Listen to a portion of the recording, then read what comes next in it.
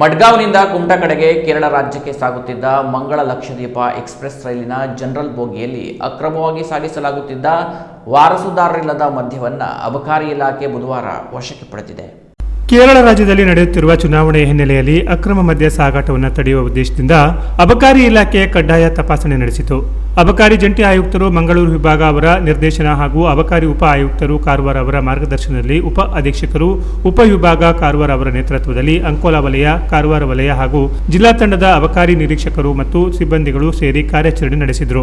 ತಪಾಸಣೆಯ ವೇಳೆ ರೈಲಿನ ಜನರಲ್ ಬೋಗಿಯಲ್ಲಿ ಅನುಮಾನಾಸ್ಪದವಾಗಿ ಇರಿಸಲಾದ ಒಂದು ಬ್ಯಾಗ್ ಪತ್ತೆಯಾಯಿತು. ಪರಿಶೀಲಿಸಿದಾಗ ಅದರೊಳಗೆ 500 ಮಿಲಿಲೀಟರ್ ಸಾಮರ್ಥ್ಯದ 24 ಕಿಂಗ್ಫಿಷರ್ ಪ್ರೀಮಿಯಂ ಬಿಯರ್ ಕ್ಯಾನ್ಗಳು ಕಂಡು ಬಂದವು. ಬ್ಯಾಗ್ಗೆ ಯಾವುದೇ ವಾರಸುದಾರರು ಪತ್ತೆಯಾಗಿಲ್ಲದೆ ಹಿನ್ನೆಲೆಯಲ್ಲಿ ಅಕ್ರಮವಾಗಿ ಸಾಗಿಸಲಾಗುತ್ತಿದ್ದ ಮದ್ಯವೆಂದು ಶಂಕಿಸಿ ವಶಕ್ಕೆ ಪಡೆಯಲಾಗಿದೆ. ಈ ಕುರಿತು ಅಬಕಾರಿ ಉಪನಿರೀಕ್ಷಕರು ಜಿಲ್ಲಾ ತಂಡ ಕಾರವಾರ ಪ್ರಕರಣ ದಾಖಲಿಸಿಕೊಂಡಿದ್ದು, ಮದ್ಯ ಸಾಗಾಟದ ಹಿಂದೆ ಯಾರ ಕೈವಾಡವಿದೆ ಎಂಬುದರ ಕುರಿತು ತನಿಖೆ ಮುಂದುವರೆದಿದೆ.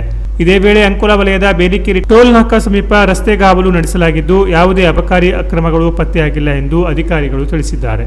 Canara plus news, Karwar.